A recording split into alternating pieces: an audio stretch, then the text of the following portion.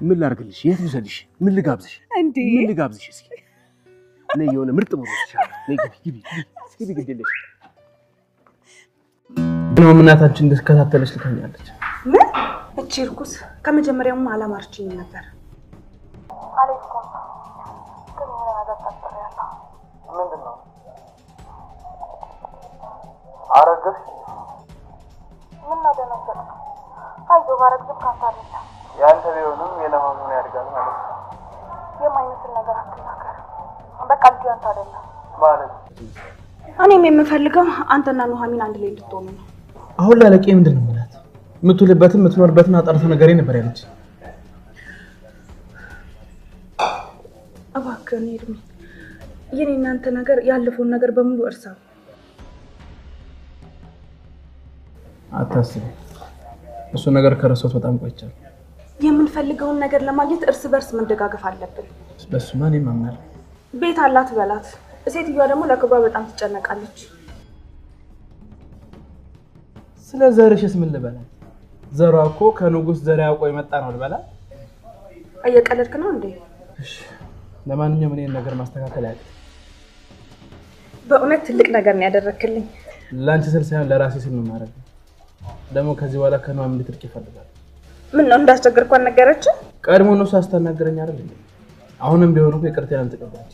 ወይ ለምን የጸቡን መንገድ ትቼ ኑሐሚንን በፍቅር አልቀርባትም?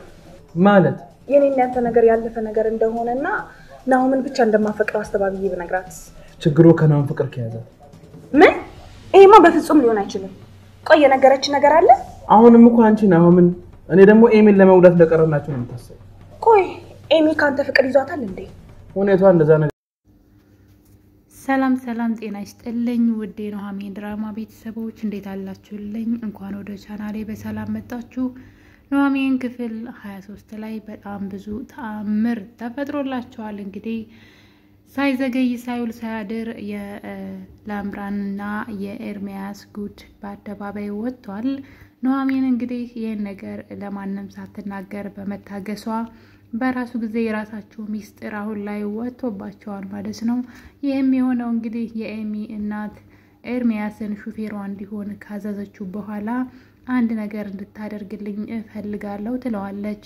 እሱም ደግሞ አዲሷን የልጄን የወደፊት ምራት ወይም ደግሞ የልጄን እጮኛ እንድትከታተልልኝ እፈልጋለሁ ትለዋለች።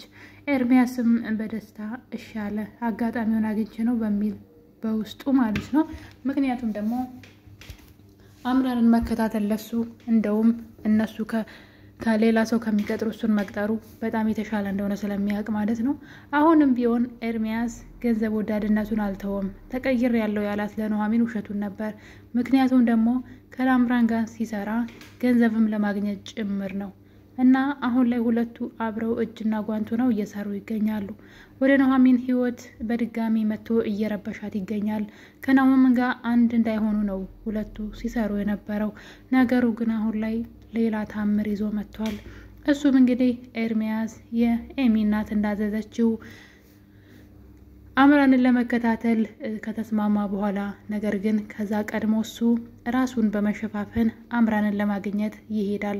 የሄደበት ምክንያት እሷን ለሴትዋ አይቻታለሁ ተከታተያታለሁ ለማለት ሳይሆን መጀመሪያም አብረው ሊሰሩ እንደተነጋገሩና እዛ ቤት ገብተን የምንፈልገውን ነገር እስክናገኝ ድረስ አብረን እንሰራለን ስለተባባሉ ነው በድጋሚ አብረው እየሰሩ ይገኛሉ።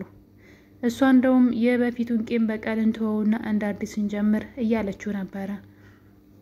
አሁንም ቢሆን አምራን ናሆምን አትወደውም፣ ገንዘቡን ነው የምትፈልገው። እናም እንግዲህ ኤርሚያስና አምራን በድጋሚ የተቀጣጠሩበት ሆቴል ሲገናኙ ከቤቷ ስትወጣ ጀምረው እየተከታተሏት የነበሩ ሰዎች ነበሩና እንግዲህ በመጨረሻም ሆቴል ውስጥ ሆነው በደንብ ፎቶ እያነሷቸው ድምጻቸውንም እየቀዷቸው ነበረ። ይሄኛው ግን በጣም ይከፋ ነበር። አምራን ከተቀመጠችበት ተነስታ ወደ መታጠቢያ ቤት ትሄዳለች። ነገሩ ስላስደነገጠው ኤርሚያስም ተከትሏት ይሄዳል። ከሄደ በኋላ ግን እሷ ትንሽ ያቅለሸለሻት ስለነበረ ምን ኩነሽ ነው ይላታል። ይሄ ነገር ትንሽ ሰንብቶብኛል ትለዋለች። ታዲያ ወደ ሕክምና ለምን አትሄጂም? እኔ ግን የሆነ ነገር እየጠረጠርኩ ነው ስትለው እዛ ጋር የሆነ ሰው ይመጣና ይቀርጻቸው ጀመረ። ድምጻቸውም ሳይቀር ነው የገባው። እና እንግዲህ ምንድነው አረገሽ እንዴ ይላታል። አዎ አይ ለምን ደነገጥክ አለችው። ያንተ ልጅ አይደለም አይዞህ አታስብ አለችው። የኔ ልጅ ቢሆንም የናሆም ልጅ ነው ያድጋን አላት። አይ ያንተ አይደለም ብያለሁ የማይሆን ነገር አታወራ አለችው። ከዛም እንግዲህ በዚህ ቅጽበት የሆነ ድምጽ ከጀርባ ይሰማሉ። ሁለቱም ይደነግጡና የሆነ ሰው ድምጽ አልሰማሽም ይላታል።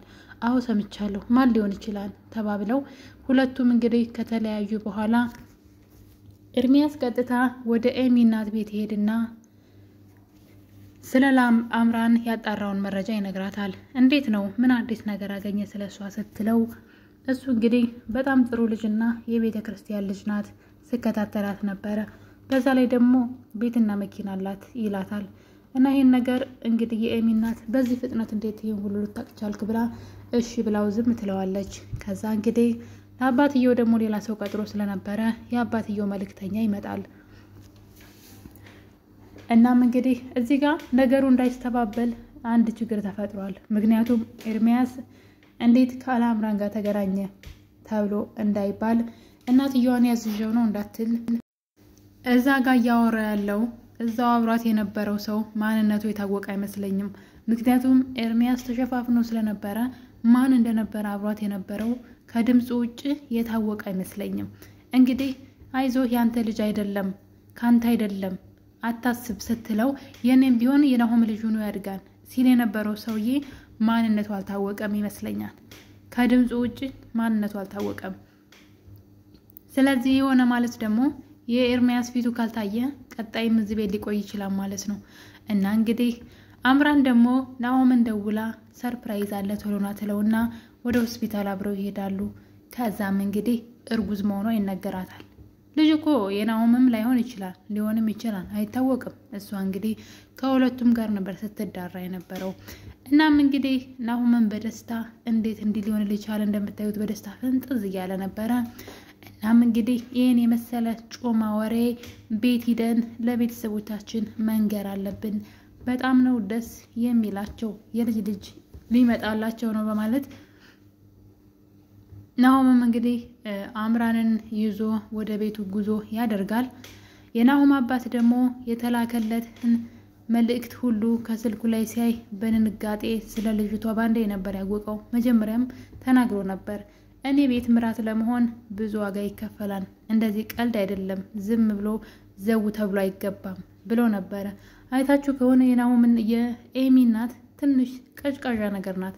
ዝም ብላ በስሜት ነው የምትጓዘው።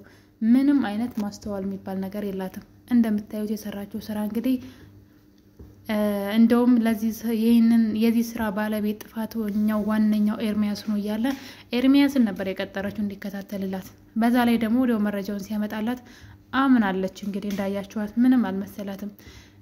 እሷን ከላይ ብቻ ነው የምታየው ሀብትሽ፣ ንብረትሽ፣ ወገንሽ፣ ቤተሰብሽ፣ ዘርሽ ከማለት ውጪ ሌላ ምንም አይነት ማስተዋል የሚባል ነገር የላትም። ሰውየው ግን በጣም ብልጥና አስተዋይ ሰው ነው። ከልጅቷ ከዘሯና ከሀብቷ ይልቅ ማንነቷ እሷነቷን ነበረ ማጥናት የፈለገው። እናም እንግዲህ አይታችሁ ከሆነ ቤታቸው እንግዳ ሆና መታያለ በስርዓቱን ያወሯት ረጋ ብለው በቃ በጨዋ ደንብ አውርተው ነው ምን አለሽ ደግሞ ምን የለሽ የሚባል ነገር እንኳን ጠየቋትም። እናትየዋ እንደዛ ስትቅለበለብ ማለት ነው። እና እንግዲህ ባንዴ ነበር ሳይውል ሳያድር ነበር ጉዷ የወጣው። እንዴት አድርጋ እንደምታስተባብለው ይሄን ጉዷን አላቅም። ነገር ግን አሁን ላይ ጉዷ ዝርግፍ ብሎ ወጥቷል። ይሄን ነገር ናሆም ሲሰማ ምን ሊል ይችላል?